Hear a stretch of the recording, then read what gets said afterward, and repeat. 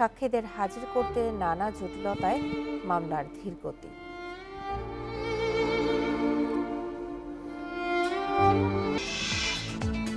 এই নিয়ে প্রতিবেদন থাকছে সংবাদে। স্বাগত।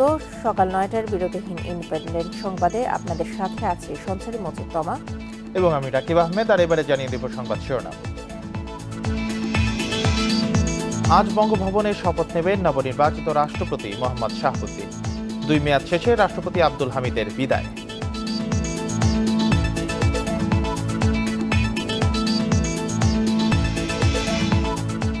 ঈদ উদযাপন শেষে ঢাকায় ফিরছে কর্মজীবী মানুষ। লঞ্চঘাট, বাস টার্মিনাল ও রেল স্টেশনে বাড়ছে ভিড়।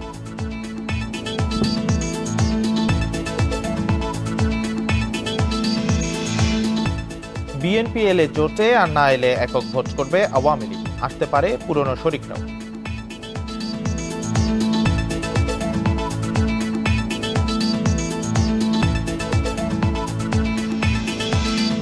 শুনছিলেন প্রধান শিরোনাম। এছাড়া সংবাদে আরও যা থাকছে। কক্সবাজারের ট্রলারে হাত পা বাঁধা 10 মরদেহের পরিচয় এখনো শনাক্ত হয়নি। 15 থেকে 20 দিন আগে হত্যা ধারণা পুলিশের।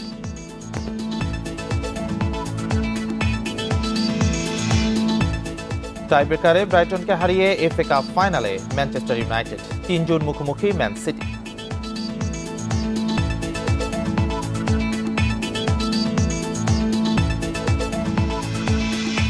এবার বিস্তারিত। নবনির্বাচিত রাষ্ট্রপতি মোহাম্মদ শাহাবুদ্দিন শপথ নেবেন আজ সকাল 11টায়। তাকে বঙ্গভবনে শপথ বাক্য পাঠ করাবেন স্পিকার শিরিন শারমিন চৌধুরী। শপথ অনুষ্ঠানে প্রধানমন্ত্রী শেখ হাসিনা সহ আমন্ত্রিত গণ্যমান্য ব্যক্তিরা উপস্থিত থাকবেন। রাষ্ট্রপতি পদে নির্বাচনে গত 13 ফেব্রুয়ারি বিনা প্রতিদ্বন্দ্বিতায় নির্বাচিত হন আওয়ামী লীগের প্রার্থী মোহাম্মদ শাহাবুদ্দিন।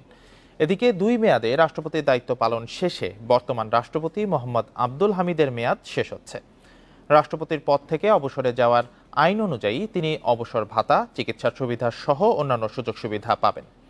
2018 সালের 24 এপ্রিল রাষ্ট্রপতি হিসেবে দ্বিতীয় মেয়াদে শপথ নিয়েছিলেন আব্দুল হামিদ।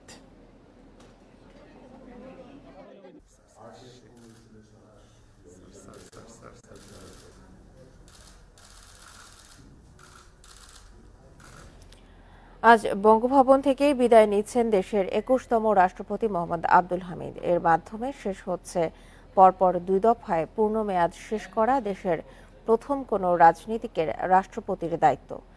রাষ্ট্রপতি পদ থেকে রাজকীয় ও জাঁকজমকপূর্ণ বিদায় নেয়ার একমাত্র ভাগ্যের অধিকারীও তিনি।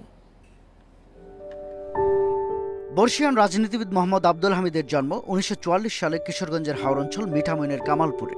15 বছর বয়সে 1959 সালে ছাত্রলীগে যোগ দেওয়ার মাধ্যমে শুরু হয় তাঁর রাজনৈতিক জীবনের যাত্রা। 1961 সালে আইয়ুব বিরোধী আন্দোলন, 1962 সালের শিক্ষা আন্দোলনে ছিল তার সক্রিয় উপস্থিতি।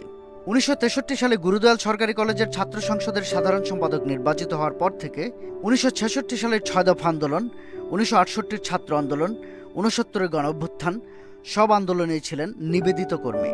1969 সালে আওয়ামী লীগে যোগ দিয়ে 1970-এ তৎকালীন পাকিস্তান জাতীয় পরিষদ নির্বাচনে ময়মনসিংহ 18 নির্বাচনী এলাকা থেকে সর্বকনিষ্ঠ সদস্য নির্বাচিত হন। 1996 থেকে 2001 সাল পর্যন্ত ডেপুটি স্পিকার, 2001 সালে 3 মাস জাতীয় সংসদের স্পিকারের দায়িত্ব পালন করেন। 2001 থেকে 2006 সাল পর্যন্ত ছিলেন সংসদের বিরোধী দলীয় উপনেতা।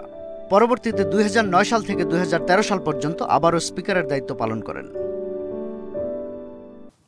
নবম জাতীয় সংসদের স্পিকারের দায়িত্ব পালনকালে 2013 সালে রাষ্ট্রপতি জিল্লুর রহমানের মৃত্যুর পর তিনি ভারপ্রাপ্ত রাষ্ট্রপতির দায়িত্ব নেন। এরপর থেকে টানা 2 মেয়াদে রাষ্ট্রপতির দায়িত্ব পালন করেন। পশ্চাৎপদ যোগাযোগ ব্যবস্থার হাওর অঞ্চলের আর্থসামাজিক উন্নয়নে অনন্য ভূমিকা রাখেন ভাটির সন্তান আব্দুল হামিদ। রাষ্ট্রপতি হওয়ার পরও তার জনঘনিষ্ঠ, বন্ধুবৎসল ও রসিক বৈশিষ্ট্য ধরে রাখেন বরাবরের মতোই। দেশে রাজনৈতিক সৌহার্দ্য বজায় রাখতে আব্দুল হামিদ ছিলেন সোচ্চার। তার দায়িত্ব পালনের পুরোটা সময় নানা গুরুত্বপূর্ণ উদ্যোগ নেওয়ার পাশাপাশি বিভিন্ন অনুষ্ঠানে রাখা ভাষণে আকৃষ্ট করে রাখেন দেশের মানুষকে। রাষ্ট্রপতি হিসেবে রাষ্ট্রীয় বিধিনিষেধের বেড়াজালে থাকায়, বন্ধুবৎসল ও স্বাধীনচেতা জীবনের ছেদ পড়ায় মাঝে মধ্যে হাঁসফাঁসও প্রকাশ করেন হাস্যরসের মাধ্যমে। স্বাধীনতা পদকে ভূষিত আব্দুল হামিদই প্রথম ব্যক্তি যিনি রাষ্ট্রপতি হিসেবে 2 মেয়াদ পূর্ণ করতে পেরেছেন। তিনিই প্রথম রাষ্ট্রপতি যার বিদায়ে গার্ড অব অনার দেওয়ার পাশাপাশি জাঁকজমকপূর্ণ আয়োজন করা হয়। এটিও দেশে নজির হয়ে থাকবে। রাষ্ট্রপতির দায়িত্ব শেষ করে রাজধানীর নিকুঞ্জে থিতু হবেন ভাটির শার্দুল খ্যাত আব্দুল হামিদ। শুধু রাষ্ট্রপতি পদ থেকে নয়, সক্রিয় রাজনীতিতেও মিলবে অবসর। এ জীবনে তার রাষ্ট্রীয় বিধিনিষেধের বেড়াজাল থেকেও মুক্তি মিলবে। পড়াশোনা, লেখালেখি আর বন্ধু স্বজন ও এলাকার মানুষকে সময় দিয়েই কাটবে ২১তম রাষ্ট্রপতি মোহাম্মদ আব্দুল হামিদের নতুন জীবন। শাহাদাত স্বপন, ইন্ডিপেন্ডেন্ট নিউজ, ঢাকা। জাপানের প্রধানমন্ত্রী ফুমিও কিশিদার আমন্ত্রণে আগামীকাল টোকিও যাচ্ছেন প্রধানমন্ত্রী শেখ হাসিনা। বুধবার বিকেলে ফুমিও কিশিদার দপ্তরে দুই দেশের প্রধানমন্ত্রীর বৈঠক হবে। এরপর যুক্তরাষ্ট্র, যুক্তরাজ্য সফরে যাবেন শেখ হাসিনা। এ সময় পারস্পরিক সহযোগিতা বাড়াতে ঢাকা টোকিও ৩টি সমঝোতা স্মারক ও ৭টি চুক্তি সইয়ের কথা রয়েছে। এছাড়া জাপানের সম্রাট নারুহিতোর সঙ্গে দেখা করবেন প্রধানমন্ত্রী। বিশ্বব্যাংকের প্রেসিডেন্ট ডেভিড ম্যালপাসের আমন্ত্রণে টোকিও থেকে ২৮ এপ্রিল ওয়াশিংটন যাবেন প্রধানমন্ত্রী। সেখানে ১ মে সংস্থার সদর দপ্তরে বাংলাদেশের সঙ্গে বিশ্বব্যাংকের সম্পর্কের ৫০ বছর পূর্তি অনুষ্ঠানে যোগ দেবেন। প্রধানমন্ত্রীর সফরে বিশ্বব্যাংকের সঙ্গে অন্তত $১২৫ কোটি ঋণ সহায়তা চুক্তি হতে পারে। এরপর ৪ মে ৫ দিনের সফরে যাবেন লন্ডনে। ৬ মে যুক্তরাজ্যের নতুন রাজা চার্লসের অভিষেক অনুষ্ঠানে যোগ দেবেন তিনি। ১৫ দিনের সফর শেষে ৯ মে দেশে ফেরার কথা রয়েছে প্রধানমন্ত্রী শেখ হাসিনার।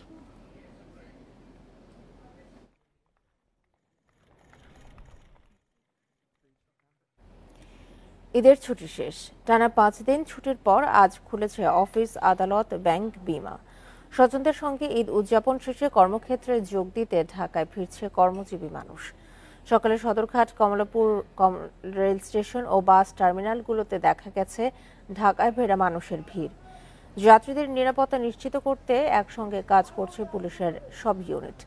এর আগে ঈদ উদযাপন করতে মঙ্গলবার থেকেই ঢাকা ছাড়তে শুরু করে নগরবাসী। বুধবার শবে কদরের ছুটির সঙ্গে পরদিন বৃহস্পতিবার সাধারণ ছুটি ঘোষণা করায় ঈদের সঙ্গে মিলে টানা ৫ দিন ছুটি পেয়েছেন কর্মজীবীরা।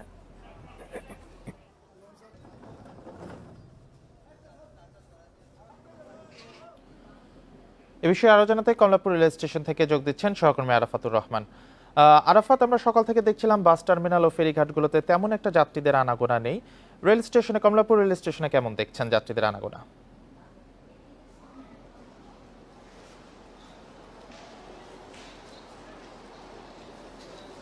আসলে আপনারা যেটি বলছেন সেটি আসলে সত্য যে এখনো পর্যন্ত রাজধানীর যে স্টেশনগুলো রয়েছে, রেল স্টেশন, নদী স্টেশন, সবগুলোতেই, বাস স্টেশন সবগুলোতে আসলে ওইরকম আনাগোনা নেই এখনো পর্যন্ত। কমলাপুরে ৮টা থেকে আমরা যতটুকু দেখেছি এখানে, যে এখানে সাধারণ মানুষের আসার থেকেও যাওয়ার সংখ্যাটা এখনো বেশি দেখতে পাচ্ছি। এবং কমলাপুর রেল স্টেশনের স্টেশন ম্যানেজার আমাদের যতটুকু জানিয়েছেন যে এখনো পর্যন্ত এখান থেকে আসলে কর্ণফুলী এক্সপ্রেস, মানে সকাল ৮টা থেকে 10:30 পর্যন্ত এখানে Karnaphuli express, Rangpur express, Dewanganj Eid special, Titas commuter, Ekota express এবং জামালপুর এক্সপ্রেস, এই ট্রেনগুলো যাবে। এর ভিতরে 5টি ট্রেন রয়েছে যেগুলো আসলে হচ্ছে এখানে লোকাল ট্রেন হিসেবে পরিচিত, অর্থাৎ ঢাকার আশেপাশে গাজীপুর, ময়মনসিংহ, এর চট্টগ্রাম বা নরসিংদী, এই এই জায়গাগুলোতে এই ট্রেনগুলো যাবে। এবং এই ট্রেনগুলোতে এখনো পর্যন্ত রাজধানী থেকে যে সাধারণ মানুষ, ওনারা এখনো ট্রেনে বাড়ি ফিরছেন। আর আসার বিষয়ে এখনো পর্যন্ত আমরা ওরকমভাবে আসার বিষয়টা আমরা এখনো দেখতে পারিনি, যে এখনো ট্রেন আসলে যেরকম একটা ভিড় থাকে সেই ভিড়টা এখন আমরা দেখতে পারিনি। আর স্টেশন কর্তৃপক্ষের সাথে যখন আমরা কথা বলেছি, স্টেশন কর্তৃপক্ষ আমাদের জানাচ্ছিলেন যে ট্রেনগুলো আসলে নিরাপদে যাওয়ার জন্য তাদের আসলে কিছুটা বিলম্বে ছাড়তে হয়েছিল বা স্টেশনগুলোতে বিভিন্ন রকমের কার্যক্রম তাদের চালাতে হচ্ছিল। কিন্তু এছাড়া মোটামুটি, মানে বিলম্ব ছাড়া মোটামুটি সবগুলো ট্রেনই সুন্দরভাবে গিয়েছে এবং সুন্দরভাবে আসছে। এখনো পর্যন্ত ওইরকম ভিড় কমলাপুর রেল স্টেশনে দেখা যাচ্ছে না। কিছু মানুষ এখনো ঈদ করার জন্য বা ঈদের পরবর্তী ছুটির জন্য বাড়ি ফিরছেন। কমলাপুর রেল স্টেশন থেকে জানাচ্ছিলেন সহকর্মী আরাফাতুর রহমান। প্রিয়জনদের সাথে ঈদের ছুটি কাটিয়ে নিজ নিজ কর্মস্থলে ফিরতে শুরু করেছে মানুষ। এই বিষয়ে আরো জানাতে টাঙ্গাইল থেকে যোগ দিচ্ছেন আমাদের সহকর্মী মামুনুর রহমান। মামুনুর, টাঙ্গাইলের চিত্র কেমন দেখছেন? মানুষ ঘরে ফিরতে শুরু করেছে কিনা? যদিও ঈদের 5 দিনের সরকারি ছুটি শেষ, সড়ক পরিস্থিতি কেমন দেখছেন?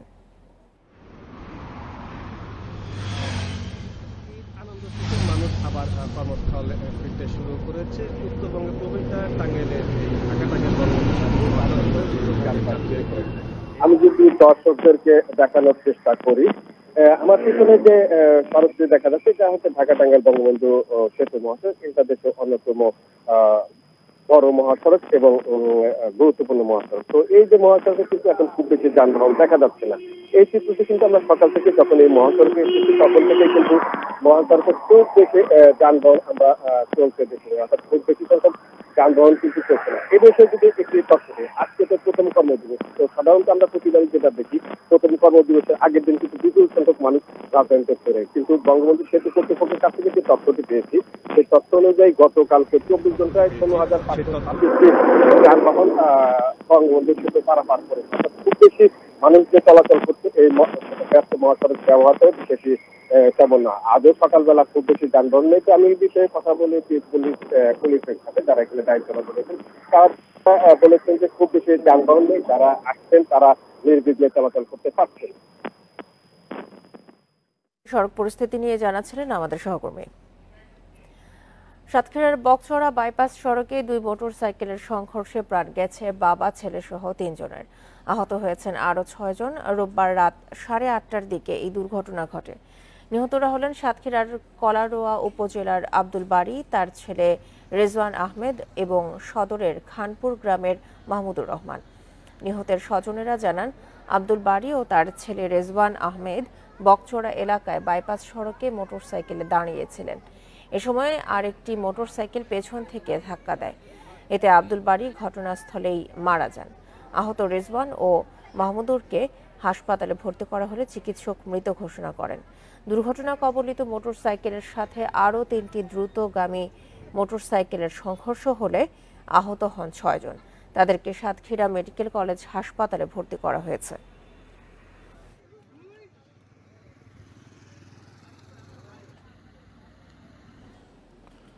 ঈদ ছুটিতে সময় কাটাতে শুধু সাগর কিংবা পাহাড় নয়, স্বজনদের নিয়ে অনেকে ভিড় করছেন পার্ক, চিড়িয়াখানার পাশাপাশি নদী তীর কিংবা খোলা কোনো জায়গায়। পরিপূর্ণ ঈদ আনন্দ উপভোগে সারা দেশেই মেতেছে নানা বয়সী মানুষ। ঘোরাঘুরি নির্বিঘ্ন করতে নিরাপত্তায় কাজ করছে আইনশৃঙ্খলা বাহিনী। ঈদের ছুটিতে মুখর চট্টগ্রামের বিনোদন কেন্দ্রগুলো। শিশু park, Foy's Lake, Patenga sea বিচের পাশাপাশি বিভিন্ন খোলা জায়গায় মানুষের উপস্থিতি চোখে পড়ার মতো। খুবই ভালো লাগতেছে। আর এই পার্কে এসে আমরা অনেকগুলো রাইড চড়ছি, ঘুরতে আসলাম, অনেকগুলো রাইডে চড়ছি। ঈদের ছুটিতে প্রকৃতির সান্নিধ্যে পাহাড়েও যাচ্ছেন অনেকে। খাগড়াছড়ির আলুটিলার রহস্যময় সুড়ঙ্গ, ঝুলন্ত ব্রিজ, তারেং, রিসাং ঝর্ণা সবখানেই পর্যটকের ভিড়। যাওয়ার ইচ্ছা আছে, আর আরো 2-3 দিন আছে, দেখি ঘুরে ঘুরে দেখবো। আলুটিলা ঘুরেছি, ঝুলন্ত ব্রিজে ঘুরেছি, অনেক ভালো লাগলো। সিলেটের জাফলং, সাদা পাথর, রাতারগুল, বিছানাকান্দিতেও ঢল নেমেছে। এছাড়া চা বাগানের সৌন্দর্য দেখতে বিভিন্ন প্রান্ত থেকে আসছেন পর্যটকরা। তাদের হয়রানি বন্ধে বেশ তৎপর আইন শৃঙ্খলা বাহিনীর সদস্যরা। ছায়া আছে, চা বাগান আছে, সবুজে শ্যামলে ভরা। এবারে মেঘ নাই, বৃষ্টিও নাই, ছায়া আছে, এই জন্য বিকালে আসছি। বরিশালের প্ল্যানেট ওয়ার্ল্ডে শিশুসহ সব বয়সী মানুষের উপচে পড়া ভিড়। এছাড়া কীর্তনখোলার তীর, বদ্ধভূমি, শায়েস্তাবাদ ব্রিজেও পরিবার নিয়ে জড়ো হচ্ছেন অনেকে। দর্শনার্থীদের উপচে পড়া ভিড় নরসিংদীর ড্রিম হলিডে পার্কে। ঈদ উপলক্ষে চালু করা বিভিন্ন রাইড উপভোগ করছেন নানা বয়সী মানুষ। আনন্দ উপভোগ করতে আসছি ফ্যামিলি নিয়ে, বাচ্চাদেরও ভালো লাগতেছে, ওয়েদারটাও খুব ভালো। বরাবরের মতোই হিউজ পরিমাণের লাইন। তারপর আগে তো জাস্ট 2টা টিকিট কাউন্টার ছিল, এখন 4টা করছে দেখে একটু ইজিলি ঢুকতে পারছি। লক্ষ্মীপুরে ঢল নেমেছে মজু চৌধুরী হাট, লঞ্চঘাট, আলতাফ মাস্টার ঘাট, আলেকজান্ডার বেরিবাদ সহ বিভিন্ন এলাকায়। দর্শনার্থীদের নিরাপত্তায় বিশেষ ব্যবস্থা নেওয়ার কথা জানিয়েছে পুলিশ। উৎসবে যেন কোনো প্রকার নিরাপত্তাহীনতা কেউ না ভোগে, আমরা সেজন্য সর্বক্ষণিক আমরা টহল পুলিশ থাকবে, আমাদের মোবাইল টিম থাকবে এবং আমাদের ডিবি টিম থাকবে। এদিকে খুলনার জাতিসংঘ পার্কে বসেছে মেলা। মেহেরপুরের মুজিবনগর, আমঝুপি, নীলকুঠি ও ডিসি ইকো পার্কও মুখর। বেনাপুলের বিভিন্ন এলাকায় ঘুরে বেড়াচ্ছেন অনেকে। Nadia Tabassum, independent news. মার্কেটের মালপত্রের সঙ্গে উৎসবের আনন্দ যেন আগুনে ছাই হয়ে গেছে বঙ্গবাজারের ব্যবসায়ীদের। ঈদের আগে অস্থায়ী দোকান নিয়ে বসলেও পণ্য এবং ক্রেতা সংকটে ব্যবসা হয়নি। সরকারের অনুদানের টাকাও পাননি বেশিরভাগ ব্যবসায়ী। এই অবস্থায় দ্রুত পুনর্বাসনের উদ্যোগ চান তারা। এবার ঈদ সামনে রেখে রাজধানীর মাতুয়াইলের ইসমাইল শেখ লুঙ্গি গেঞ্জি সহ প্রায় 15 লাখ টাকার মালামাল তুলেছিলেন।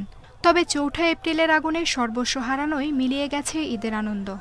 ঈদ আনন্দের, আমাদের আনন্দ নাই, আমাদের বেদনা, কষ্ট। সাধারণ গরিব মানুষ যেভাবে ঈদ করে সেভাবে ঈদ করতে হয়েছে। পরে খোলা আকাশের নিচে প্রায় 10 দিন অস্থায়ী দোকান বসিয়ে ঘুরে দাঁড়ানোর চেষ্টা করলেও খুব একটা বেচাকেনা জমেনি। সরকারি অনুদানের টাকাও এখনও হাতে পাননি বেশিরভাগ ব্যবসায়ী। সব মিলিয়ে ঈদে এবার কঠিন সময় পার করছেন বঙ্গবাজারের ব্যবসায়ীরা। মাননীয় প্রধানমন্ত্রী 9 কোটি টাকা অনুদান দিয়েছেন ঈদ করার জন্য। আমরা আসলে ক্ষতিগ্রস্ত ব্যবসায়ীরা সবাই পাই না, আর কিছু সংখ্যক ব্যবসায়ী পাইছে। আমরা যে ক্ষতিগ্রস্ত যে মালিক যারা আছি তারা আমরা একটু, আমি পাইনি, বিশেষ করে আমি পাই না, আর কেউ পাইছে কিনা জানি না, তবে শুনছি কয়েকজন পাইছে।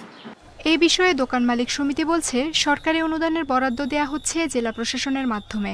বঙ্গবাজারের যিনি সাধারণ সম্পাদক উনি আমাকে বললেন যে অনেক ব্যবসায়ী সেভাবে নাকি পায়নি, অভিযোগ আছে। এখন এখানে অভিযোগ থাকতে পারে যে অন্যরা পায় না, কারণ এখানে তো 3845 জন হচ্ছে ক্ষতিগ্রস্ত, তো সেখানে 142 জন, তো অন্যরা তো ডেফিনেটলি পায়নি। বঙ্গবাজারে ক্ষতিগ্রস্তদের ঘুরে দাঁড়ানোর জন্য দ্রুত সরকারি সহায়তার দাবি ব্যবসায়ীদের। সেই সাথে মার্কেট ভবন নির্মাণের ক্ষেত্রে ক্ষুদ্র ব্যবসায়ীদের স্বার্থ বিবেচনার আহ্বান তাদের। আফসানা আফরোজ জুই, ইন্ডিপেন্ডেন্ট নিউজ, ঢাকা। বিএনপি নির্বাচনে এলে জোটগতভাবে আর না এলে এককভাবে ভোট করবে আওয়ামী লীগ। পুরনো শরিকরা ছাড়াও এবার তাদের জোটে আসতে পারেন বঙ্গবীর কাদের সিদ্দিকী ও কিছু ইসলামী দল। আর বিএনপি না এলে জাতীয় পার্টি ছাড়াও জোটের অন্য দলগুলো ভোট করবে আলাদাভাবে। নির্বাচনের বাকি আর 8 মাস। আওয়ামী লীগ সংবিধান অনুযায়ী নির্বাচনের কথা বললেও নিরপেক্ষ সরকারের অধীনে নির্বাচনের দাবিতে এখনও অনড় বিএনপি। এ অবস্থায় সব দলের অংশগ্রহণে ভোট নিয়ে চলছে নানা উদ্যোগ আলোচনা। তবে এর সুরাহার অপেক্ষায় বসে নেই ক্ষমতাসীন দল। বিএনপি নির্বাচনে এলে একরকম, আর না এলে তারা নেবে অন্যরকম প্রস্তুতি। জোট শরিকরাও পেয়েছে সে বার্তা। বিএনপি ইলেকশনে আসলে পরে এই ইলেকশন খুব টাফ ইলেকশন হবে, তখন ন্যাচারালি এক ধরনের সমীকরণ হবে। আর বিএনপি নির্বাচনে যদি না আসে তখন স্বাভাবিকভাবেই তো মাঠ তো খালি, তো তখন তো নিজেরা গুতাগুতি করা হয় আর কি। বিএনপি না আসলেও তো দল না থাকতে পারে। এটা তো একটা সমঝোতা নির্বাচন হবে। বিএনপি না আসলে এটা অবাধ এবং সুষ্ঠু নির্বাচন বলতে যেটা বোঝায় সেটা হবে না। বিএনপি অংশ না নিলেও নির্বাচন যেন প্রশ্নবিদ্ধ না হয় সেজন্য নিবন্ধিত সব দলকেই ভোটে চাইছে আওয়ামী লীগ। স্বতন্ত্র প্রার্থী হিসেবেও অনেকে নির্বাচনে অংশ নেবেন বলেও আশা তাদের। যে কোনো রাজনৈতিক দলই নির্বাচন করতে চায় এবং করা উচিত। রাজনীতি করবেন, নির্বাচন করবেন না, এটা খুব একটা ভালো কথা না। আমরা কোনো জোটের সাথে এখন সম্পৃক্ত নই এবং ভবিষ্যতের বিষয়টা কার্যনির্বাহী ফোরাম বসে ডিসাইড করবে। আওয়ামী লীগের নীতি নির্ধারকরা বলছেন বিএনপি নির্বাচনে আসার ব্যাপারে এখনও ইতিবাচক তারা। সেই হিসেবেই নেওয়া হচ্ছে প্রস্তুতি, পাশাপাশি রাখা হচ্ছে বিকল্প পরিকল্পনা। এখনো আমরা মনে করি আমরা গতবারের মতো জোট ভিত্তিক নির্বাচন করব এবং সেই জোটে আরও কিছু দল আসতে পারে। আর যদি জোটের লোকেরা শরিকরা যদি মনে করে তারা আমাদের সঙ্গে নির্বাচন না করে তাহলে তারা আলাদা নির্বাচন করতে পারে। যোগ্য প্রার্থী মনোনয়ন দিয়ে প্রতিটি দলই আগামী নির্বাচনকে প্রতিদ্বন্দ্বিতাপূর্ণ করার চেষ্টা করবে বলেও মনে করছে আওয়ামী লীগ। Izazur Rahman, independent news, Dhaka. দীর্ঘ 10 বছর পেরোলেও এখনও প্রাথমিক পর্যায়ে আটকে আছে দেশের সবচেয়ে ভয়াবহতম শিল্প দুর্ঘটনা রানা প্লাজা ধসের হত্যা মামলা। বিশ্বের ইতিহাসে সর্বোচ্চ 1135 জন শ্রমিক নিহতের ওই মামলায় সঠিক বিচার পাওয়া নিয়ে শঙ্কায় ভুক্তভোগীরা। সাক্ষীদের হাজির করতে নানা জটিলতা ধীরগতির কারণ বলছে রাষ্ট্রপক্ষ। এছাড়া অন্য দুটি মামলা বিচারিক আদালতের চৌকাঠি পেরোতে পারেনি এখনও। 2013 সালের 23 এপ্রিল সাভারের রানা প্লাজার তৃতীয় তলার দেয়াল ও পিলারে ফাটল দেখা দেয়। পোশাক মালিকদের সংগঠন বিজিএমইএ এর কর্মকর্তারা ভবন পরিদর্শন করে বুয়েটের বিশেষজ্ঞদের দ্বারা পরীক্ষা নিরীক্ষার আগ পর্যন্ত সেখানে কাজ বন্ধ রাখতে বলেন। কিন্তু শ্রমিকদের কাজে যোগ দিতে চাপ দেন ভবনে থাকা 5টি কারখানার মালিক। পরদিন 24শে এপ্রিল সকালে ঘটে বাংলাদেশের ইতিহাসে ভয়াবহতম শিল্প দুর্ঘটনা। এমনটাই উঠে এসেছে মামলার অভিযোগপত্রে। রানা প্লাজা ধসে সর্বোচ্চ সংখ্যক শ্রমিক হতাহত হন। ওই ঘটনায় হত্যাসহ মোট 3টি মামলা হয়। দীর্ঘ 10 বছর ধরে মামলার ধীরগতির কারণে বিচার পাওয়া নিয়ে শঙ্কায় ভুক্তভোগীরা। যারা ট্রিটমেন্টের আওতায় আছে তারা অসহায় অবস্থায় ঘুরছে, বিভিন্ন জায়গায় চাকরি ইন্টারভিউ দিয়েছি, আমরা চাকরি করতে পারি না।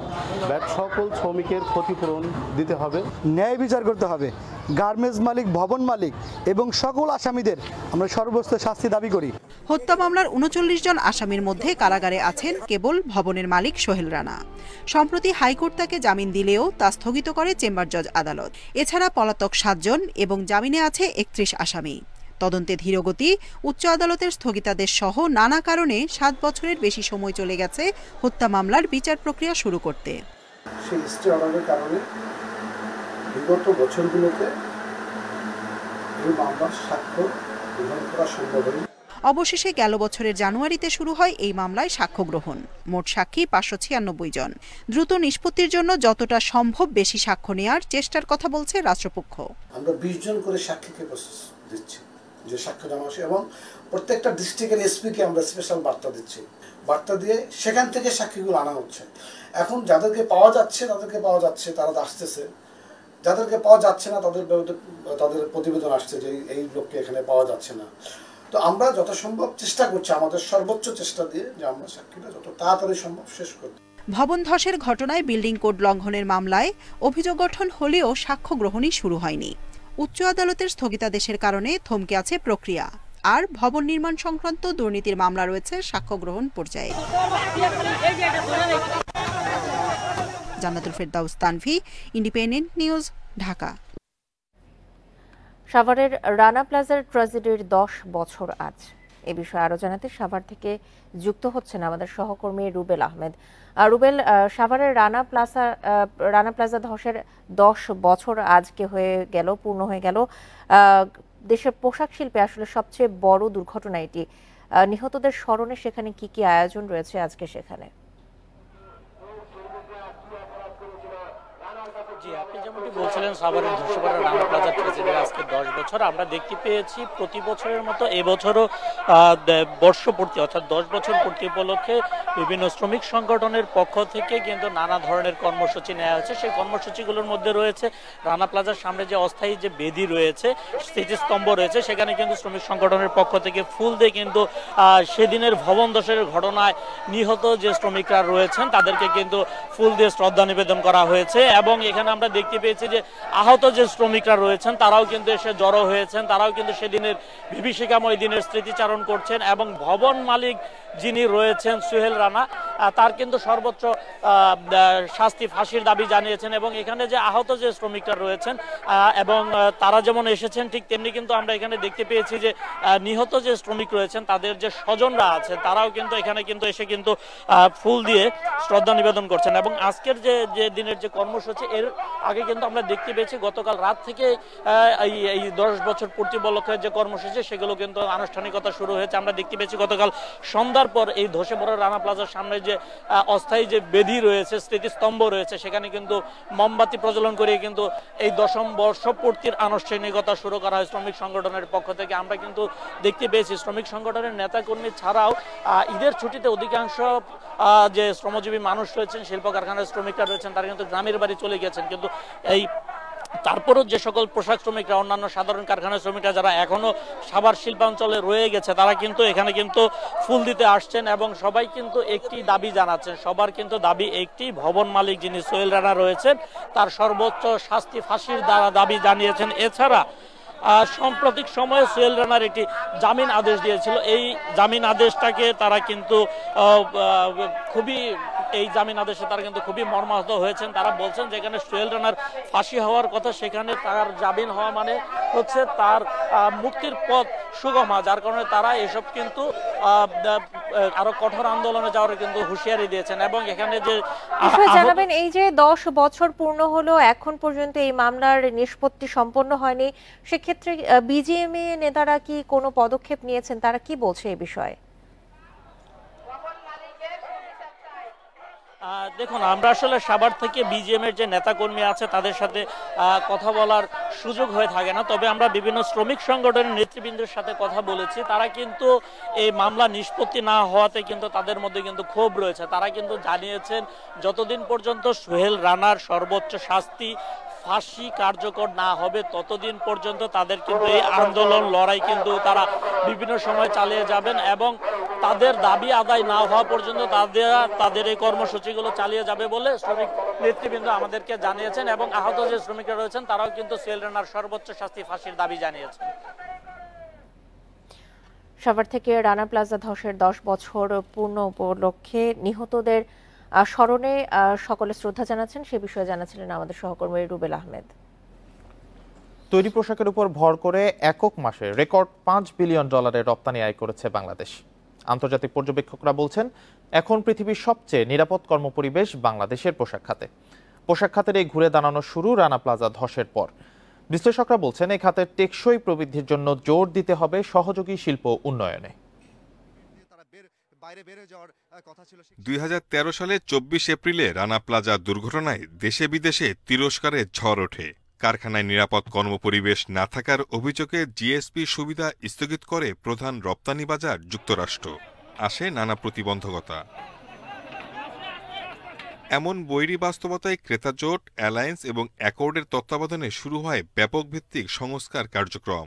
এর সুবাদে নিরাপদ খাত হিসেবে দাঁড়িয়েছে দেশের তৈরি পোশাক শিল্প। বেড়েছে ক্রেতাদের আস্থা। বিশ্বের নিরাপদ কারখানার প্রথম 8টি এখন বাংলাদেশের। উদ্যোক্তারা বলছেন শর্ত পূরণের পর পোশাকের মূল্য বৃদ্ধিতে নজর দেওয়া সময় এসেছে ক্রেতাদের। ইন্টারন্যাশনাল বায়ার বা ইন্টারন্যাশনাল অ্যাকর্ড অ্যালায়েন্স ইনিশিয়েটিভ যেগুলো ছিল, আমি বলবো আমার প্রতিনিধি প্রতিপালন করেছি। এর ফলশ্রুতিতে দেখবেন বাংলাদেশে এখন পৃথিবীর সবচেয়ে শ্রেষ্ঠ ফ্যাক্টরি বাংলাদেশে। পৃথিবীর প্রথম 10টা ফ্যাক্টরির মধ্যে 8টা ফ্যাক্টরি বাংলাদেশে, এবং আমাদের 170টা গ্রিন ফ্যাক্টরি আছে, পৃথিবীর কোথাও নেই।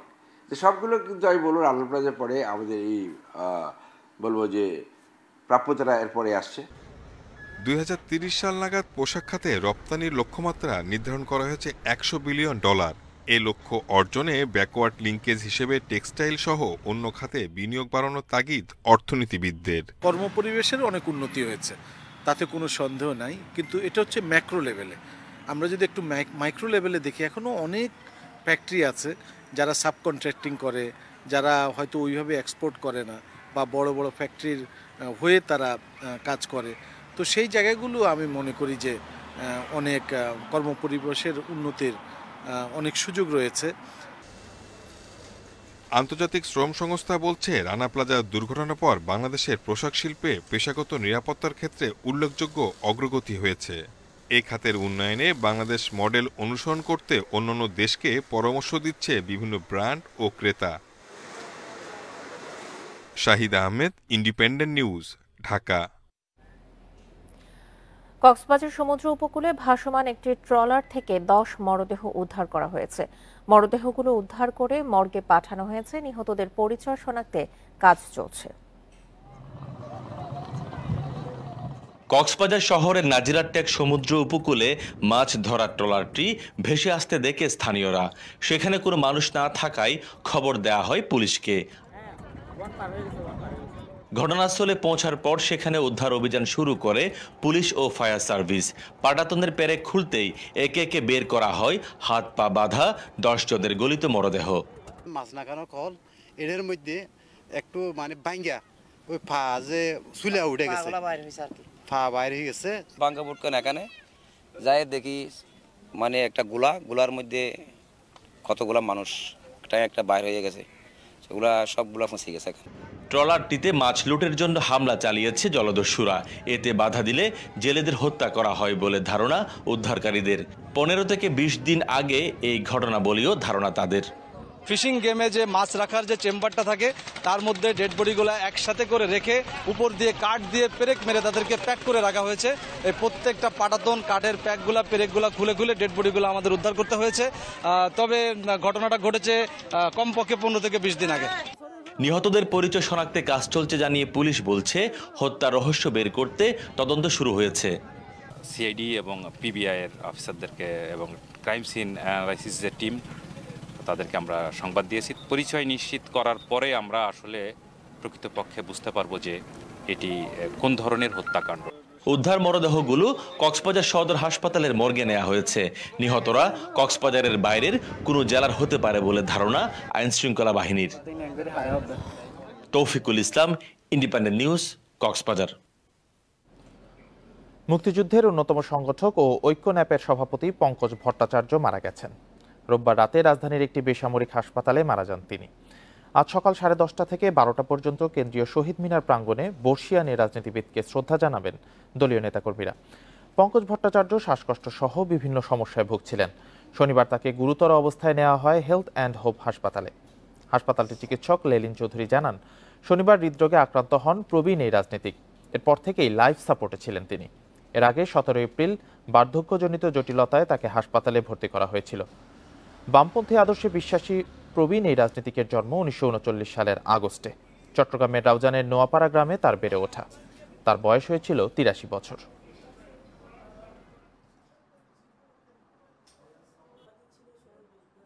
ওনার লাশ আজকে হিমাগারে রাখা হবে।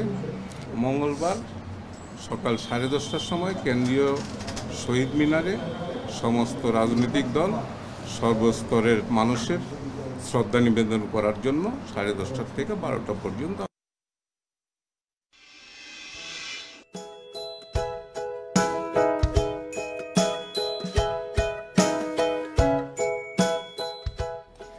নিখুঁত হাতে চলছে টাইলস তৈরি, তবে বিশ্বের অন্যান্য দেশের টাইলসের সাথে মিশরীয় এই শিল্পকর্মের তুলনা চলে না। অস্ট্রেলিয়া, ওমান ও জাপান থেকে আনা সমুদ্রের ঝিনুক দিয়ে তৈরি হয় এই টাইলস। সুবিধামতো আকারে কেটে তৈরি করা হয় নকশা, তারপর বসানো হয় কাঠের ফ্রেমে। মিশরে বংশ পরম্পরায় টিকে আছে এই শিল্প। এসব সুদৃশ্য টাইলস বিক্রি হয় সৌদি আরব, ফ্রান্স, জার্মানি সহ বিভিন্ন দেশে।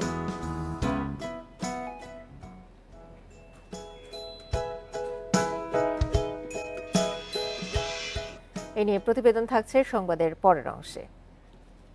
যাচ্ছে অন্যান্য খবরে।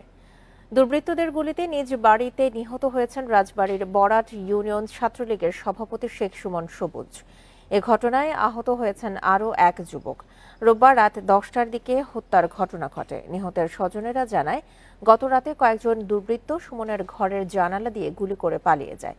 গুরুতর আহত অবস্থায় তাকে উদ্ধার করে রাজবাড়ী সদর হাসপাতালে নিয়ে যায় পরিবারের লোকজন।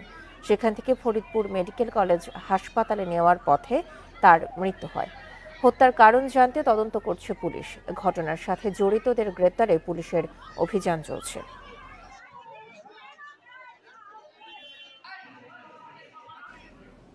সিলেটে উদ্বেগজনক হারে বাড়ছে বিবাহ বিচ্ছেদ। গত 5 বছরে তালাকের হার বেড়েছে প্রায় দ্বিগুণ, আর গত 1 বছরে বিবাহ বিচ্ছেদ বেড়েছে অন্তত 40%। তালাক আবেদনকারীদের মধ্যে নারীদের সংখ্যাই বেশি। বিচ্ছেদের ক্ষেত্রে পারিবারিক কলহ, শারীরিক ও মানসিক নির্যাতন, পরকীয়া ও যৌতুককেই দায়ী করছেন সমাজ বিশ্লেষকরা। সিলেট সিটি কর্পোরেশনের আইন শাখার তথ্য মতে 2018 সালে তালাকের আবেদন পড়ে 255টি।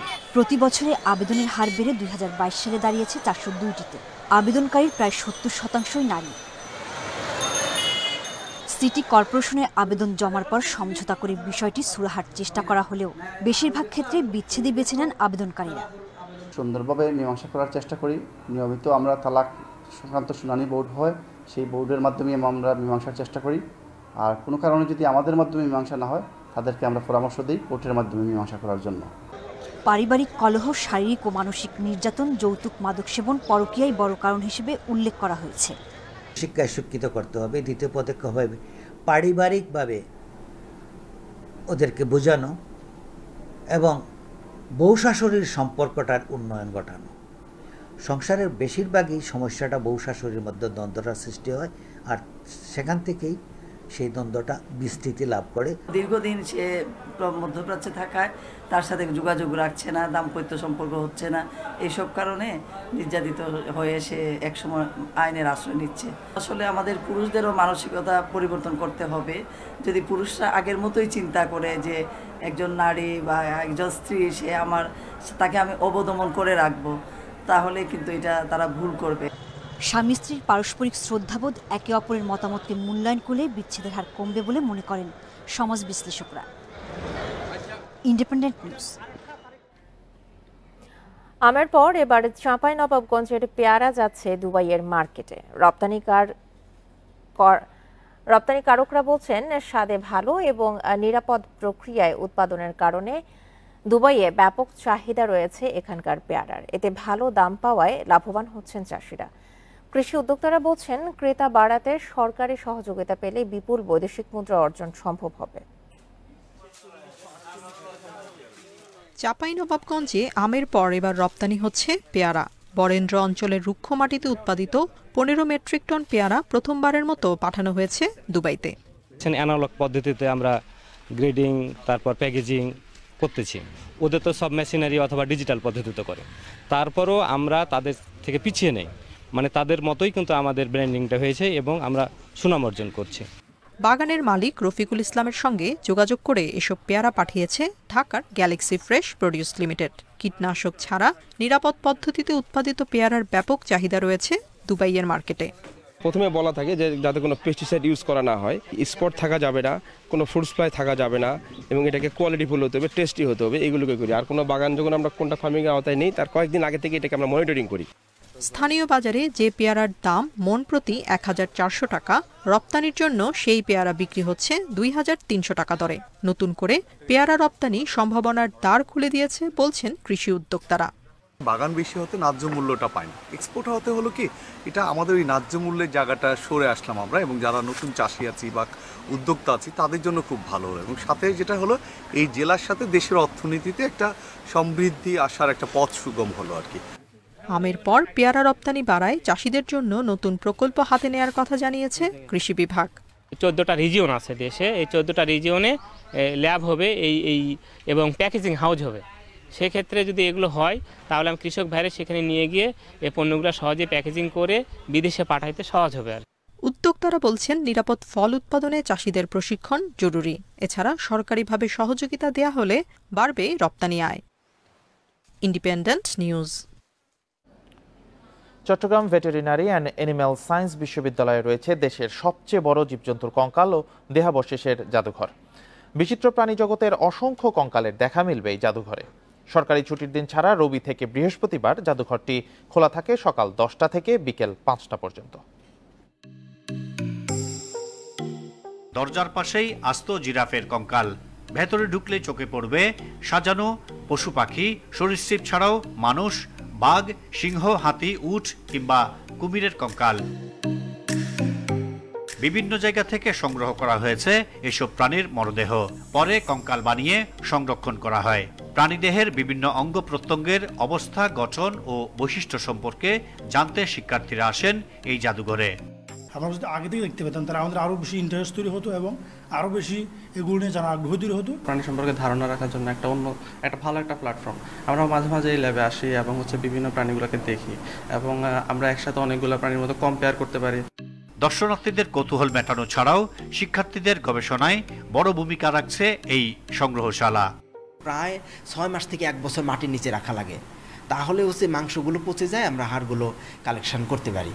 তারপরে যে ছোট অ্যানিম্যাল যদি হয় সেটাও আমরা তৎক্ষণাৎ আমাদের ল্যাবে আমরা প্রসেস করতে পারি।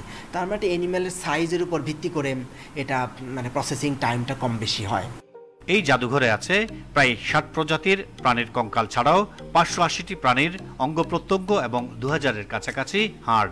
এখনও কঙ্কাল ও দেহাবশেষ সংগ্রহের কাজ চলছে বলেও জানিয়েছেন কর্তৃপক্ষ। প্রথম 3 বছর মেয়াদি আমরা সময় ছিল, এই সময়ে আমরা এটা ব্যাপকভাবে প্রস্তুতি নেওয়া শুরু করি এবং এই মিউজিয়ামটা প্রতিষ্ঠা করা শুরু করি। পরবর্তীতে আবার 2 বছর এটা এক্সটেনশন করা হয়। সেই সময়ে আমরা আরও নতুন নতুন বিভিন্ন ধরনের প্রজাতির প্রাণী এখানে সংরক্ষণ করে রাখি এবং এখন বলা যায় যে এটা দক্ষিণ এশিয়াতে বা এশিয়ার মধ্যে অন্যতম শ্রেষ্ঠ একটা শিক্ষণীয় মিউজিয়াম। 2013 সালে বিশ্বব্যাংকের অর্থায়নে 1 কোটি টাকা ব্যয়ে যাত্রা শুরু করে দেশের একমাত্র অ্যানাটমি মিউজিয়ামটি। পরে ধাপে ধাপে বিশ্ববিদ্যালয়ের নিজস্ব অর্থায়নে বেড়েছে এর পরিসর। Ahsan Riton, Independent News, Chattogram. করছাড়ের ফর্দ নিয়ে বৈশ্বিক দাতা গোষ্ঠী IMF এর সঙ্গে প্রথম মূল্যায়ন বৈঠকে বসবে জাতীয় রাজস্ব বোর্ড NBR। মধ্যমেয়াদী রাজস্ব কৌশল বাস্তবায়ন সহ কিছু সংস্কার প্রতিশ্রুতি তুলে ধরবে সংস্থাটি। NBR কর্মকর্তাদের সঙ্গে কথা বলে এসব তথ্য জানা গেছে। এদিকে আগামী অর্থবছরে বাস্তবায়নযোগ্য সংস্কার রূপরেখা বাজেটে উপস্থাপনের পরামর্শ দিয়েছেন অর্থনীতিবিদরা। IMF-এর প্রায় $4.5 বিলিয়ন ঋণের প্রথম কিস্তি গত ফেব্রুয়ারিতে পেয়েছে বাংলাদেশ। দ্বিতীয় কিস্তি মিলতে পারে নভেম্বরে। তবে তা পেতে অগ্রগতি জানাতে হবে দাতা সংস্থাটিকে। 25 এপ্রিল ঢাকায় আসছে IMF প্রতিনিধি দল। 26 তারিখ তাদের বৈঠক NBR-এর সঙ্গেই। বৈঠকে রাজস্ব আদায়ের বর্তমান পরিস্থিতি জানানোর পাশাপাশি বিভিন্ন খাতে দেয়া কর ছাড়ের তালিকা তুলে ধরবে NBR। আসছে বাজেটে কর ছাড় কমিয়ে আনার উদ্যোগের কথাও জানাবে সংস্থাটি। এবছরই নতুন আয়কর আইন কার্যকর করা ও আগামী বছরের মধ্যেই ঝুঁকি ব্যবস্থাপনা ইউনিট গঠনের প্রতিশ্রুতি দেয়া হবে। NBR-এর সক্ষমতা বাড়াতে কারিগরি সহযোগিতার প্রয়োজনের কথাও তুলে ধরা হবে বৈঠকে। সংস্কারের কথা কিন্তু আলোচনায় এখনো NBR-এর কাছ থেকে আমরা এখনো সেইভাবে পাচ্ছি না। যেটা পাচ্ছি অ্যাডমিনিস্ট্রেটিভ অ্যাকশন, অ্যাডমিনিস্ট্রেটিভ মেজার্স ইত্যাদি, সেটা দিয়ে কিন্তু হবে না। অর্থনীতিবিদরা বলছেন IMF-এর চাহিদা অনুযায়ী সংস্কার করতে হলে একটি দীর্ঘমেয়াদী রূপরেখা তৈরি করতে হবে। তাদের মতে রাজস্ব নীতি ও আদায়ের জন্য আলাদা কর্তৃপক্ষ হবে কিনা, NBR-এর প্রশাসনিক ও কাঠামোগত সংস্কার কিভাবে হবে, এসব নিয়ে রাজনৈতিক সিদ্ধান্ত দরকার। একটা ঘোষণা দেওয়া কোথায় কোথায় রিফর্ম হতে পারে, সেই রিফর্মগুলো হচ্ছে অ্যাডমিনিস্ট্রেটিভ সাইডে হতে পারে, যেমন NBR-এর পলিসি এবং NBR-এর অ্যাডমিনিস্ট্রেশনকে সেপারেট করে দেওয়া, সেটা একটা বিষয় হতে পারে। NBR-এর অ্যাডমিনিস্ট্রেশনের মাঠ পর্যায়ে জিওগ্রাফিক্যাল ডিস্ট্রিবিউশন থেকে ফাংশনাল লাইনে নিয়ে আসা, সেটা আরেকটা ধরনের সংস্কার, বড় রকমের সংস্কার হতে পারে। যারা রাজস্ব প্রশাসনে কাজ করেননি এবং যারা রাজস্ব প্রশাসনের ভিতরে লুপহোলস গুলি জানেন না, এমন নেতৃত্ব কিন্তু রাজস্ব প্রশাসনে বসেন এবং রাজস্ব প্রশাসনের নেতৃত্ব দেন তারা সংস্কারের জন্য। এই যে এটাও একটা বড় চ্যালেঞ্জ। আমি মনে করি এই জায়গাগুলিও প্রতিবেশী দেশগুলির অভিজ্ঞতা থেকে এবং আন্তর্জাতিক যে উন্নত দেশগুলো তার যে রাজস্ব প্রশাসন আছে সেটা কিভাবে বিন্যাস করা হয়েছে, সবগুলি পর্যালোচনা করেই আর রাজস্ব প্রশাসন সংস্কার করা দরকার। চলমান অর্থনৈতিক সংকট মোকাবিলায় বাংলাদেশকে ঋণ দিতে রাজস্ব খাতের সংস্কারে বেশ কিছু শর্ত দেয় IMF। প্রতি বছর কর জিডিপি অনুপাত 0.5% বাড়ানো, কর ছাড় কমিয়ে আনা সহ রাজস্ব কাঠামোকে ঢেলে সাজাতে হবে NBR-কে। Ruhul Amin, independent news, Dhaka. কেনিয়ায় অনাহারে মারা গেলে স্বর্গে যাওয়া যাবে এমন ধারণা পোষণকারী 47 ব্যক্তির মরদেহের সন্ধান পেয়েছে পুলিশ। শনিবার উপকূলীয় শহর মালিন্দা থেকে কবর থেকে 21 জনের মরদেহ তোলার পর রোববার আরও 26টি মরদেহের সন্ধান মেলে। তদন্তের স্বার্থে মরদেহগুলো তোলা হয়। পুলিশ বলছে তারা শিশুদের মরদেহও পেয়েছে। এই ধরনের আরও কবর খুঁজে পাওয়া যাবে বলে ধারণা পুলিশের। যাদের মরদেহ উদ্ধার করা হয়েছে তাদের সবাই গুড নিউজ ইন্টারন্যাশনাল চার্চের সদস্য। চার্চের ধর্মপ্রচারক পল ম্যাকেনজি বর্তমানে পুলিশি হেফাজতে আছেন। তার বিরুদ্ধে যিশুর সাথে দেখা করতে অনুসারীদের ক্ষুধার্ত থাকতে বলার অভিযোগ রয়েছে। যদিও অভিযোগ অস্বীকার করে ম্যাকেনজি জানান 2019 সালেই গির্জাটি বন্ধ করে দেন তিনি।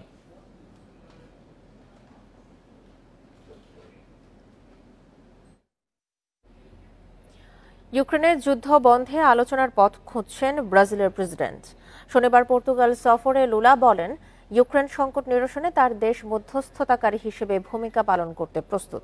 এদিকে নিউ ইয়র্কে জাতিসংঘ মহাসচিবের সঙ্গে আজ সাক্ষাৎ করবেন রুশ পররাষ্ট্রমন্ত্রী সের্গেই লাভরভ। কূটনৈতিক নানা প্রচেষ্টার পরও দ্বিতীয় বছরে গড়ানো ইউক্রেন রাশিয়া যুদ্ধ বন্ধের কোনো ইঙ্গিত মিলছে না। উল্টো প্রতিদিনই তীব্র হচ্ছে হামলা, বাড়ছে হতাহতের সংখ্যা। ইউক্রেনের পূর্বাঞ্চলের দোনেস্ক অঞ্চলে ব্যাপক লড়াই চলছে বলে জানিয়েছে ইউক্রেনের সেনাবাহিনী। বাখমুতে রুশ বাহিনীর বিরুদ্ধে প্রতিরোধ জোরদারের দাবি করেছে তারা। চীনের পর এবার ইউক্রেন যুদ্ধে মধ্যস্থতার আগ্রহ প্রকাশ করেছে ব্রাজিল।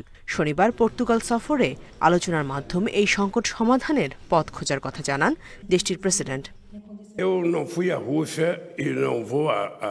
আমি রাশিয়ায় যাইনি এবং ইউক্রেনেও যাব না। আমি তখনই যাব যখন শান্তি নির্মাণের জন্য একটি বাস্তব সম্ভাবনা তৈরি হবে। আমি কখনোই দেশ দুটিকে এক করে দেখিনি, কারণ আক্রমণ এবং ভূখণ্ডের অখণ্ডতা কি তা আমি জানি। আমি মনে করি যুদ্ধ এরই মধ্যে শুরু হয়েছে এবং তা থামাতে হলে কথা বলতে ইচ্ছুক এমন কাউকে থাকতে হবে। ইউক্রেনে বিশেষ সামরিক অভিযানের জেরে ক্রমেই অবনতি হচ্ছে রাশিয়া জার্মানির সম্পর্কের। শনিবার ২০ জনের বেশি জার্মান কূটনীতিককে রাশিয়া থেকে বহিষ্কার করা হয়। বেশ কয়েকজন রুশ কূটনীতিক জার্মানি ছাড়ার পর এই ঘোষণা এলো। রুশ পররাষ্ট্র মন্ত্রণালয় জানিয়েছে, বার্লিনের শত্রুভাবাপন্ন পদক্ষেপের জবাব দিতেই এমন সিদ্ধান্ত। এদিকে রাশিয়ার বেলগ্রেদে একটি অবিস্ফোরিত বোমা শনাক্তের পর শহরের প্রায় ৩,০০০ মানুষকে নিরাপদ আশ্রয়ে সরিয়ে নেওয়া হয়। রাশিয়ার সুখোই 34 ফাইটার জেট থেকে ভুলবশত বোমা হামলা চালানোর ২ দিনের মাথায় শনিবার এই ঘটনা হয়। পরে বোমাটি বিস্ফোরণ ঘটানো হয় বলে জানিয়েছে কর্তৃপক্ষ। Nusrat Serin, Independent News. বাফুফের হাতে জিম্মি ক্লাব কর্তারা। বিপিএল কিংবা বিসিএল লিগ চলাকালীন বাফুফের বিপক্ষে কোনো কথা বললেই শোকজ নোটিশের সাথে বড় অঙ্কের জরিমানা, যে কারণে বিসিএল শেষ হতেই সোচ্চার ক্লাব কর্তারা। জানান রেফারিদের হঠকারী সিদ্ধান্তের কথা।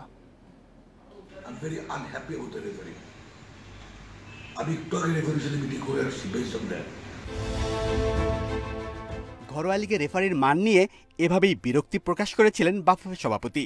এর পরের খবরটা তো সবারই জানা। রেফারিদের ম্যাচ বয়কটের হুমকি, দাবির মুখে বাড়ানো হয় ম্যাচ ফি। তাতে আদৌ কি কোনো লাভ হয়েছে? বিসিএল এ খেলার মান বাড়লেও প্রশ্নবিদ্ধ রেফারিং, বাঁশিতে ফু দিয়ে একের পর এক ভুল সিদ্ধান্ত, বিঘ্নিত হয় মাঠের খেলা। এবারের বিসিএল এ দ্বিতীয় দল হিসেবে প্রিমিয়ার লিগ উঠে চমক দেখালেও রেফারিং নিয়ে অসন্তোষ ক্লাবটির। রেফারিং এর মান চরম হতাশাব্যঞ্জক ছিল। এমন কোনো ম্যাচ নেই যেটা রেফারিদের নিয়ে কথা ওঠে নাই। গোলকিপার সেভ করছে, একটা স্ট্রাইকার যে গোলকিপারের গায়ে পড়ছে, ওইটা আমাদের প্লান্টি দিয়ে দিচ্ছে। উল্টা আমরা ফাউল পাই, ওইটা প্লান্টি দিয়ে দিচ্ছে। আমি আবেদন করলাম, আমি অনেকবার চিঠি দিয়েছি ফেডারেশন, কিন্তু কোনোবার প্রতিকার পাইনি, উল্টা আমি চিঠি খেয়েছি। গুঞ্জন উঠেছে রেফারিং এর অন্তরালে দুর্নীতি নিয়ে। অভিযোগ আছে কয়েকটি ক্লাবকে সুবিধা দিতে কাজ করেছেন বেশ কয়েকজন রেফারি। কিছু কিছু ক্লাব আছে যারা রেফারি অ্যাডভান্টেজ পেয়েছে। যেমন আমি একটা ক্লাবের কথা বলতে চাই, বিএফএফ এলিট টিম, তারা প্রত্যেকটা ম্যাচেই একটা দুইটা করে পেনাল্টি পেয়েছে। এসব অভিযোগ খতিয়ে দেখতে তেমন কোনো উদ্যোগ দেখা যায় না বাফুফের। উল্টো ম্যাচ রেফারিং নিয়ে কোনো মন্তব্য করলেই দিতে হয় মোটা অঙ্কের জরিমানা। ফেডারেশনকে লিখিত অভিযোগ দিয়েও লাভ হয়নি কোনো। ক্লাবগুলোকে এই রেফারিদের কাছে মনে হয় আমরা জিম্মি। আমরা যত প্রতিকার করি, যত কিছু বলি, যত চিঠি দেই, কোনো কাজ হয় না। কিন্তু রেফারিটা আবার উল্টা আমাদের সাসপেন্ড করতেছে। আমার কোচকে 4 ম্যাচ সাসপেন্ড করছে, 30,000 টাকা জরিমানা করছে, আমাকে 20,000 টাকা জরিমানা করছে। মানহীন রেফারিং দেশের ফুটবল উন্নতির অন্যতম অন্তরায়। রেফারিদের এমন পক্ষপাতমূলক আচরণ বন্ধ না হলে ফেয়ার প্লে শব্দটা কার্যকর হবে না কখনো। প্রতারিত হবেন মাঠের দর্শকরা। Shamim Ahmed, Independent news, Dhaka. 2023 one day বিশ্বকাপ বাংলাদেশের জন্য স্মরণীয় হতে পারে পেসারদের মাধ্যমে, বলেছেন সাবেক জাতীয় ক্রিকেটার ইশতিয়াক আহমেদ। ব্যাটিং আর স্পিন বোলিং তো আগে থেকেই ভালো অবস্থায় আছে, একই সঙ্গে সব ডিপার্টমেন্টে ভালো করতে ক্রিকেটারদের ফিটনেসের প্রতি যত্নশীল হতে বলেছেন তিনি। মাঝে সময় মাত্র 5 মাস, বহুলকাঙ্ক্ষিত ওয়ানডে বিশ্বকাপের অপেক্ষায় ক্রিকেট বিশ্ব। যে বিশ্বকাপকে ঘিরে টাইগার সমর্থকদের স্বপ্নও আকাশ ছোঁয়া। পক্ষে যুক্তিও আছে অনেক। সাকিব, তামিম, মুশফিকরা যেমন শেষ বিশ্বকাপ রাঙাতে চাইবেন, তেমনি লিটন, শান্ত, হৃদয়রাও তৈরি সিনিয়রদের কাছ থেকে দায়িত্ব বুঝে নিতে। তবে সাবেক জাতীয় ক্রিকেটার ইশতিয়াক আহমেদের মতে সম্ভাবনার পেছনে সবচেয়ে বড় যুক্তি পেস অ্যাটাক সমৃদ্ধ হয়ে ওঠা। প্রায় 5-6 বছর ধরে that number of fast bowlers are performing regularly, এবং ফাস্ট বোলারসদের জন্য আমরা ম্যাচ জিতেছি, টেস্ট ম্যাচও জিতেছি। আমরা ওয়ানডে ক্রিকেট সব ফরম্যাটে একটা আধিপত্য বিস্তার করতে পেরেছে ফাস্ট বোলার্সরা, যেটা আগের দিনগুলোতে ছিল না। Without fast bowlers you cannot win international matches. এবং আমরা দেখছি যে number of fast bowlers have come, এবং এইটাও একটা সবসময়কার জন্য জোর দিতে হবে। বিশ্বকাপের আগ পর্যন্ত ক্রিকেটারদের ফিটনেসের বিষয়ে যত্নশীল হবার পরামর্শ তার। সেই সঙ্গে তামিম, লিটন ওপেনিং জুটির সেরাটা পাওয়া গেলে কাজ অনেকটাই সহজ হয়ে যাবে। ইন্টারন্যাশনাল ক্রিকেটে খেলতে গেলে ইউ হ্যাভ টু ডমিনেট, মানে ওই ডমিনেট করার অ্যাটিটিউড তখনই হবে if you are 100% fit. Opening batsman all formats, নিঃসন্দেহে আমরা কোন সময় দেখেছি খুব কম দেখেছি যে ওপেনিং পেয়াররা একটা পেয়ার সবসময় ভালো খেলে গেছে। সুতরাং we need to find pairs এবং কনসিস্টেন্টলি যেন তারা পারফর্ম করতে পারে। ক্রিকেটের 3 ফরম্যাটের মধ্যে ওয়ানডেতেই সবচেয়ে ভালো খেলে বাংলাদেশ, আর বিশ্বকাপ যেহেতু ভারতের মাটিতে, কন্ডিশন বিচারে সেরা সাফল্যের আশায় টাইগাররা। কপিল পাল, ইন্ডিপেন্ডেন্ট নিউজ। আইপিএলে রাতে মুখোমুখি হবে টেবিলের তলানির দুই দল। রাত 8টায় সানরাইজার্স হায়দ্রাবাদের মুখোমুখি হবে মুস্তাফিজের দিল্লি ক্যাপিটালস। আসরের উদ্বোধনী 2 ম্যাচে হেরেও দারুণভাবে কামব্যাক করেছিল সানরাইজার্স। তবে মুম্বাই ও চেন্নাইয়ের কাছে হেরে আবারও ব্যাকফুটে ব্রায়ান লারার দল। টপ অর্ডারের ব্যাটিং ব্যর্থতায় 10 দলের মধ্যে 9 নম্বরে সানরাইজার্স। অন্যদিকে 5 ম্যাচে পর জয়ে ফিরেছে দিল্লি ক্যাপিটালস। কলকাতার বিপক্ষে আসরের প্রথম জয় মুস্তাফিজের দলের। ইনজুরিতে কামলেশের পরিবর্তে স্কোয়াডে দেখা যেতে পারে প্রিয়ামকে।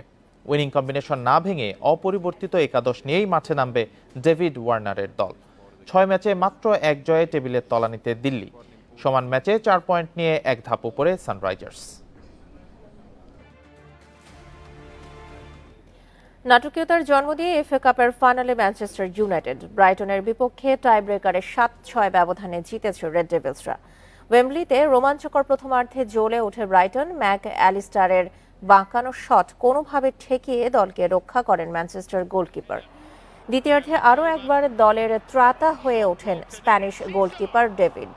নির্ধারিত সময়ের পর অতিরিক্ত সময়েও কোনো ফলাফল না আসায় ম্যাচ গড়ায় টাইব্রেকারে। দুই দলেরই প্রথম 6টি শট থেকে কেউ কোনো ভুল করেননি। 7 নম্বরের শটেই মোমেন্টাম হারায় ব্রাইটন। ফিরতি শটে ভিক্টরের গোলে 215-16 মৌসুমের পর আবারও এফএ কাপের ফাইনালে পৌঁছে ম্যানচেস্টার ইউনাইটেড। আর প্রতিযোগিতাটির ইতিহাসে এই প্রথম শিরোপা লড়াইয়ে মুখোমুখি হবে ম্যানচেস্টারের দল দুটি। 3 জুন ম্যানচেস্টার ডার্বিতে মুখোমুখি হবে দুই দল। সিরিয়াতে টেবিলের 2-এ ওঠার সুযোগ হাতছাড়া করল ইউভেন্টাস। টেবিলের শীর্ষে থাকা নাপোলির কাছে 1-0 গোলে হেরেছে ইউভরা। ঘরের মাঠ আলিয়াঞ্জ স্টেডিয়ামে শুরু থেকেই আক্রমণাত্মক ইউভেন্টাস। ম্যাচের 10 মিনিটে এই গোলমুখে শট নিলে রুখে দেয় নাপোলি গোলকিপার। বিরতির আগে অতিথিরাও মিস করে বেশ কয়েকটি সুযোগ। দ্বিতীয়ার্ধে ইউভদের চেপে ধরে ক্লাবটি একের পর এক আক্রমণে দিশেহারা আলেগ্রির দল। খেলা আধুনিক সময়ে ঘরবাড়ি সাজাতে টাইলসের ব্যবহার নিয়ে নতুন করে কিছু বলার নেই। বিশ্বের বিভিন্ন দেশে চোখে পড়ে নানা ধরনের নকশা করা টাইলসের। তবে এসবের ভিড়ে আলাদা পরিচিতি রয়েছে মিশরের নিজস্ব ঐতিহ্য বহন করা টাইলসের। অন্যান্য টাইলস সিরামিকের তৈরি হলেও এই টাইলসটি তৈরি করা হয় ঝিনুক দিয়ে। অত্যন্ত নিখুঁত হাতে চলছে টাইলস তৈরির কাজ। বিশ্বের অন্যান্য দেশে তৈরি টাইলসের তুলনায় মিশরের এই শিল্পকর্মের পার্থক্য রয়েছে। এই টাইলস তৈরির মূল উপাদান ঝিনুক। মিশরের সাকেত আল মাগদানি গ্রাম এই ঝিনুকের তৈরি টাইলসের জন্য বিখ্যাত। প্রায় 40টি কারখানা ঐতিহ্যবাহী এই শিল্পের সাথে জড়িত। সমুদ্র থেকে সংগ্রহ করা ঝিনুক সুবিধামতো আকারে কেটে নির্ধারিত নকশা তৈরি করা হয়। এরপর তা বসানো হয় কাঠের ফ্রেমে। বাবার কাছে এই শিল্পের হাতেখড়ি করিম সাইদের। বেড়ে ওঠা এই কারখানাতেই জানান একটি নিখুঁত নকশা করার কাজটা মোটেই সহজ নয়। আপনাকে অবশ্যই খুব ধৈর্য সহকারে পুরো কাজটি করতে হবে। একটি নকশা ঠিকমতো ফুটিয়ে তোলা সময় সাপেক্ষ। কখনো 1 ঘন্টা, কখনো গোটা দিন লেগে যায়। মিশরে বংশ পরম্পরায় টিকে আছে এই শিল্প। করিমের মতো অনেক কারিগর এই শিল্পকে এগিয়ে নিয়ে যাচ্ছেন। আন্তর্জাতিক মহলে এই শিল্পের বিকাশের জন্য সরকারের পৃষ্ঠপোষকতা চেয়েছেন তারা। ঝিনুক দিয়ে তৈরি এই ধরনের টাইলস আপনি বিশ্বের আর কোথাও পাবেন না। এই ধরনের কাজ কেবল কায়রোতেই মিলবে। সরকারের সহযোগিতা পেলে এই শিল্প দেশের গণ্ডি পেরিয়ে আন্তর্জাতিক মহলেও সমাদৃত হবে। অস্ট্রেলিয়া, ওমান, জাপান থেকে এই ঝিনুকগুলো সংগ্রহ করে থাকেন কারিগররা। সুদৃশ্য নকশা করা এসব পণ্য বিক্রি হয় সৌদি আরব, দুবাই, ফ্রান্স ও জার্মানিতে। Nusrat Serin, Independent News. আর এই ছিল এখনকার মতো বিরতিহীন ইন্ডিপেন্ডেন্ট সংবাদে। ইন্ডিপেন্ডেন্ট টেলিভিশনের সব খবর বিস্তারিত জানতে চোখ রাখুন ফেসবুক, ইউটিউব ও টুইটারে। ধন্যবাদ সবাই।